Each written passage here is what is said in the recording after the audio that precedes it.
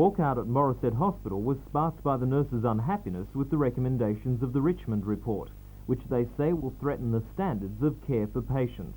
All 320 nurses at the hospital went on strike yesterday afternoon, leaving more than 400 patients in the care of a handful of executive staff.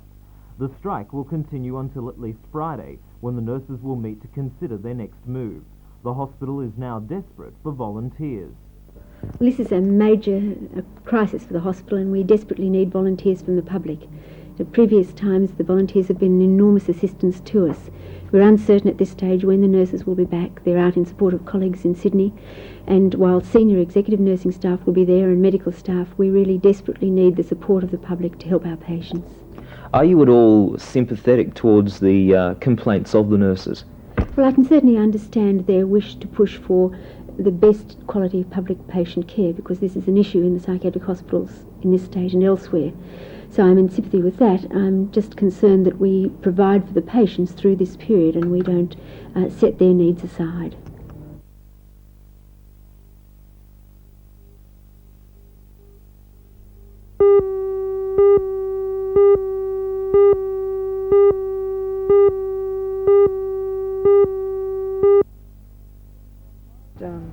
At Morisset Hospital, the walkout has brought a strong response from the community. The hospital is coping very well, Janelle, because of the fact that we've had a great response to the request for volunteers.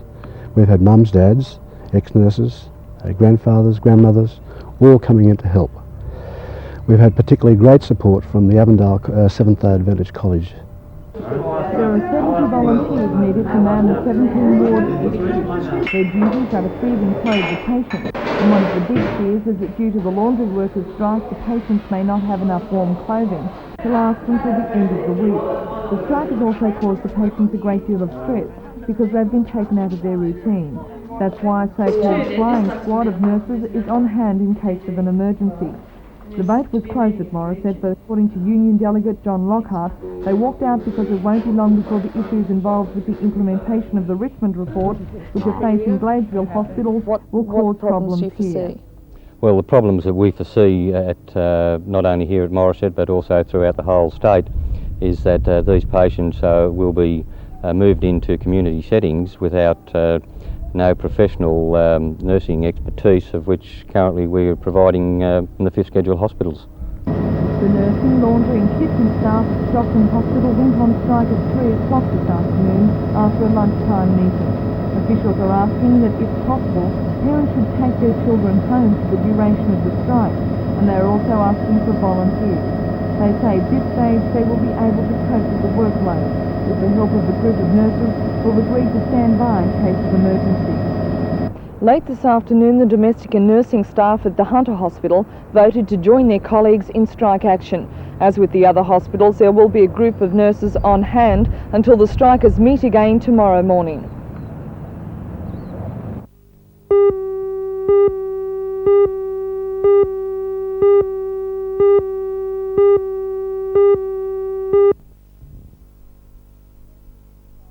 Chairman of the authority, Peter Holliday, admits there has been a great deal of self-interest amongst some of the executive members. It's only a couple of people that can't handle the way we're marketing the whole region as a whole.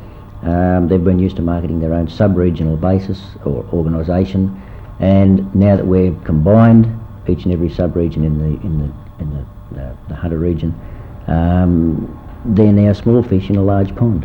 Mr Holliday says he hopes the annual general meeting on September 12th will clear out those who refuse to take a regional interest in tourism. Its main objectives, Janelle, is to get this infighting stopped. We will do that at our AGM, which comes up in September. We're asking for people to make a firm commitment towards tourism, a firm commitment toward the authority, and to market the region as a whole. And those that won't do that can leave? Those that won't do that, we don't want.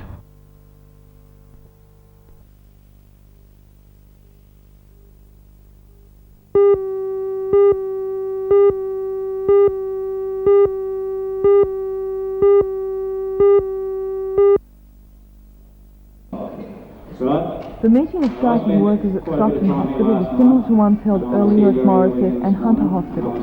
Staff at all three decided to return to work so that discussions could continue on the strike's issues. These are nurse education, which the unions say should be hospital-based until the shortage of psychiatric and mental retardation nurses is overcome. They're against the amalgamation of Rozelle and Gladesville hospitals, and they're not convinced about the quality of care in community-based hostels for ex-patients or the department's guarantees that jobs won't be lost as a result of the implementation of the Richmond report.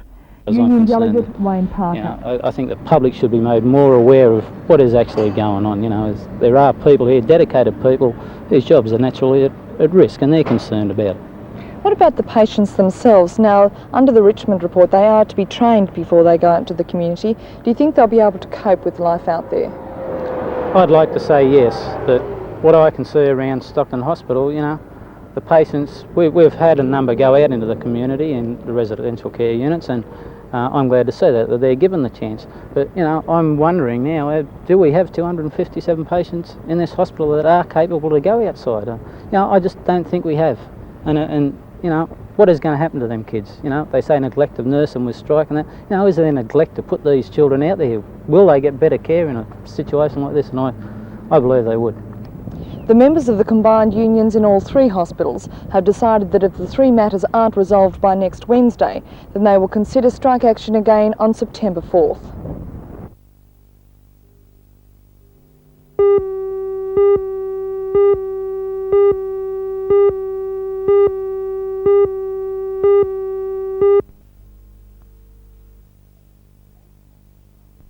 Today's announcement by the Greater Newcastle Permanent Building Society to sponsor the drug program was yet another boost to the Hunter Region's education curriculum. The announcement is good with last week's considerable donation to a school safety program by BHP, and together they'll join the new primary school's health and physical education format set for next year. With the support behind such projects from Newcastle's Commerce Ministry, their success seems assured. The new drug education program will rely heavily on the media to get the message across, as well as special classroom studies aimed at dealing directly with the abuse of ordinary drugs such as alcohol, tobacco and prescribed drugs. It will be the job of the National Safety Council of Australia to manage the program, which hopes to change existing attitudes among students to drug abuse. And according to the Deputy Director Laurie Nicholson, the program is needed in the Hunter region. Yes, most definitely. Looking at the statistics, you'll find that there is quite a number of school children of varying ages, certainly in high schools, who are either experimenting with or quite often regularly taking or even addicted to alcohol and tobacco and these other drugs. And as a consequence of that, of course, there are many serious accidents and cases of ill health and etc. which are being caused by this.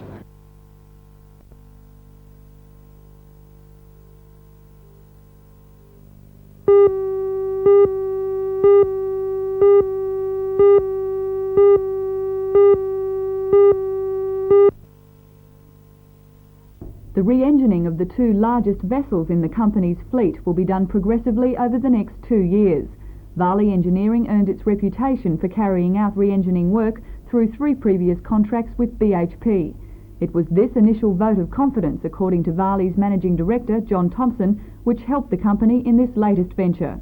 It'll mean for Varley's that we've got 2 years' work in front of us, and that makes it a very, very good entry into our centenary year next year. And all at Varley's, the staff and the employees are elated at being able to win these vessels, and especially being export vessels. It's a feather in the whole of Newcastle's cap. And what will it mean for Newcastle long term?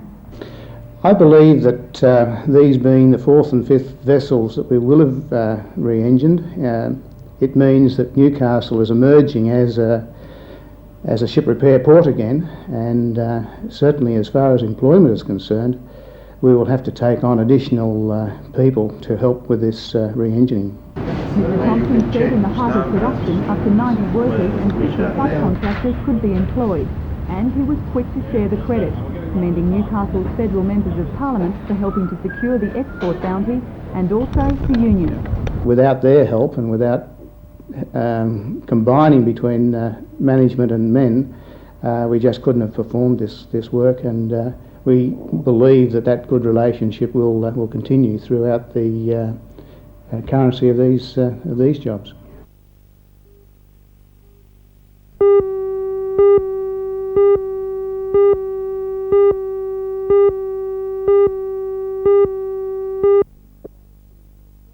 The Newcastle City Administration ended up in hot water this week when the federal government refused to help fund the military collection. The administration bought the collection for $500,000 and was relying on the federal government to chip in $400,000 under the Steel City Assistance Projects. State Tourism Minister Mike Cleary advised the administration to buy the collection, but now, following the federal government's about-face, he's changed his tune. Well, if it's worth the $400,000 that was paid for it, maybe they could find another buyer, but it's up to the Newcastle City Council now. There's nothing very much I can do about it at all. As I said, it's a project that they supported, I supported, but unfortunately the funds aren't there, and I have no jurisdiction into getting those funds from the federal government. The Minister also has a definite opinion why the federal government has refused funds for the project. The excuse was, or the reason was, that the local federal members weren't supporting of it, or supportive. According to sources, the Newcastle City Council is investigating all possibilities to fund and house the collection without federal government assistance.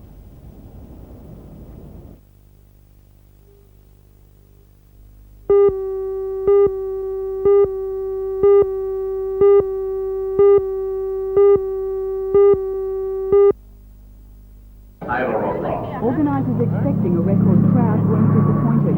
By mid-morning, traffic had already banked back as far as Stockton Bridge, while at the base, RAAS personnel estimated 70,000 people arrived by road and by air from throughout Australia.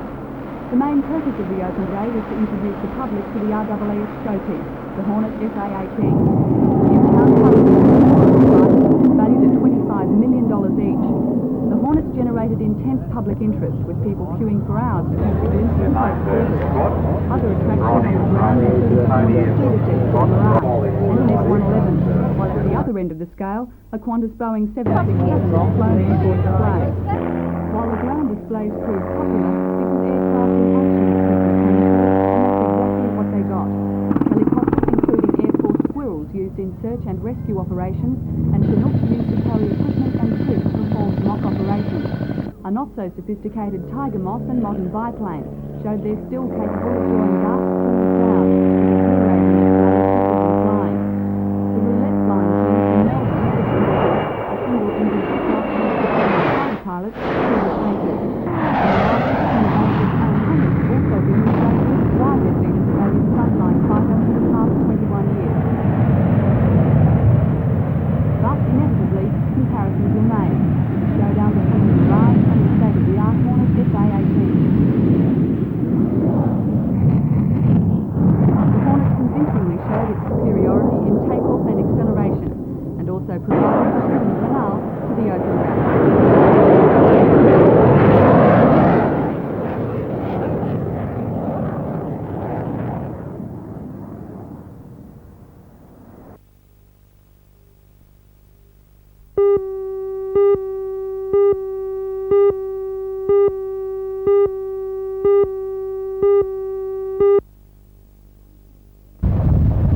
Smith's airstrip is located off the industrial highway at Hexham. His land lies adjacent to the main Northern Railway line, and access is gained through Croxon's level crossings. Today, 2 inspectors from the State Rail Authority met with Mr Smith. The authority is in the process of track strengthening the railway line to allow for greater coal haulage. To do this, they need a 150-metre strip of Ron Smith's property for a service road. In exchange, they've offered a number of incentives in a letter dated the 24th of June. The authority says it will clean out the drain south of Croxon's Lane, fit double gates on both sides of the crossing, renew it to a double drive, leave the area in a clean and tidy condition, and replace the fence when the access road is complete. Mr Smith remains unimpressed. He claims it's the second time he's heard the offer, that the authority occupied his land for 2 weekends last year, agreed to certain conditions, and failed to carry them out. They haven't done a thing about it. To make it worse, this letter states that they still don't want to replace my fence until maybe after October. Well, You know, this is okay if they're quite happy to pay $300 a week for a caretaker to protect my interests and my equipment, my gear. This is public stuff, a lot of gear that I have here. It belongs to a charitable club and I will protect it. While Mr Smith's list of grievances is long, his solution is short and sweet. He wants the authorities to lease the land. 150. He says if they don't, he'll continue to further refuse than that, if it's going to access. go to court, or I'll take it through the Ombudsman first, right? And if I can't get satisfaction there, well then we'll go to court. But until I get some satisfaction, they're not getting through that gate. That's basically all I've said.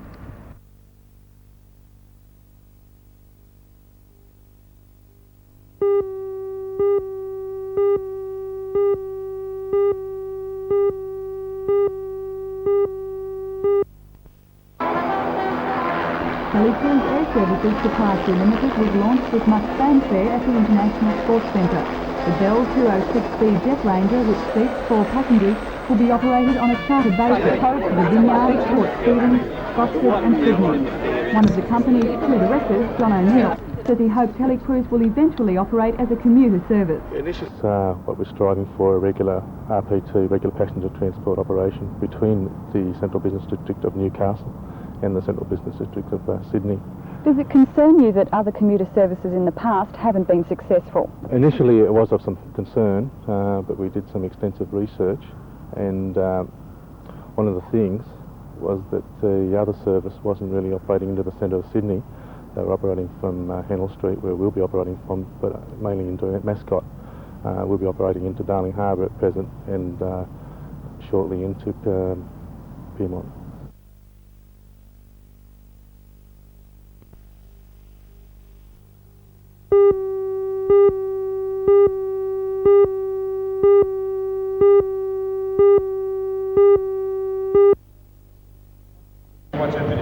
Much to the delight of local basketball followers, even at training the feeling was good. The Falcons played the Adelaide 36ers this weekend in an NBN semi-final. 36ers finished second on the table and are regarded as one of the top 2 teams in Australia. But the Falcons displayed in the first half of the season that they are capable of moving ahead. And Coach Dave Anthony is the front over the season. We had a couple of games that we had to win and we won those games, so obviously the guys are feeling good and we came good at the right time. You play Adelaide this weekend in a semi-final. They finished number 2. How confident are you? Well, we've played Adelaide twice and both times they've played very well to beat us and have shot very well, and yet we managed to get close to them in the 4th quarter. So we feel that if we shoot a little bit better, we play a little more intense on defence, which we have done in the past, then we're in for a good chance.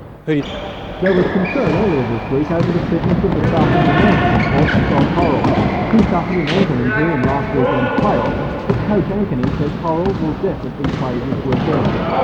While Adelaide go into the match as favourites, few would question the fact that the Falcons' team is stay fine. And like his coach, Falcons captain Ian Resillious believes his team will. Well, that'll be another test for us, and we've reached it. You know, we've come to the challenge each time, and we've displayed the goods that most Newcastle people or the public are aware that we can do. We're looking forward to the challenge, and I think the boys, the way we've been training, will come through with that challenge.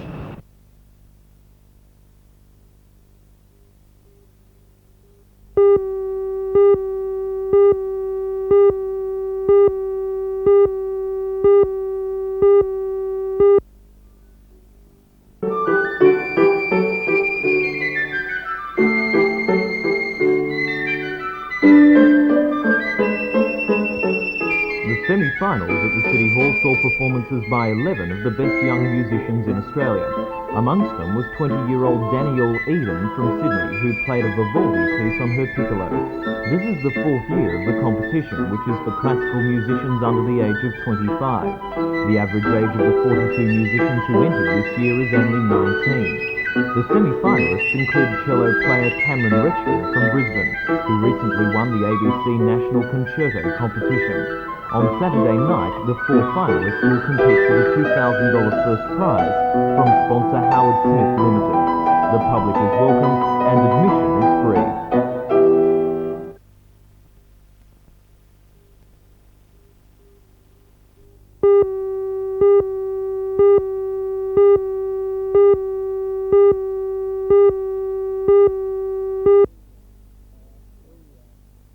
we are going to be asking for a change in the nurse education, an attempt to convince the Minister and the Premier that the situation as far as staffing of these hospitals is concerned is at least partly caused by the changes from the hospital-based training to the colleges. In previous talks with the Premier, he seemed interested enough to believe that something could be done about that. He has said, as the Minister for Health has said, it's a Cabinet decision, and we're hopeful that we can get and persuade the Premier to go back to the Cabinet with suggestions of changes that we will be putting forward on Monday. Mr Cook was in Cessnock today to contribute to a long-serving member of the HMREA, George Gould. George started the branch at Allendale Hospital 32 years ago, administration of the Health Department for the Minister for Health, and today I suppose some of you are wondering what's happening, particularly to George. Were there to see George receiving a life membership of Virginia. George will retire in October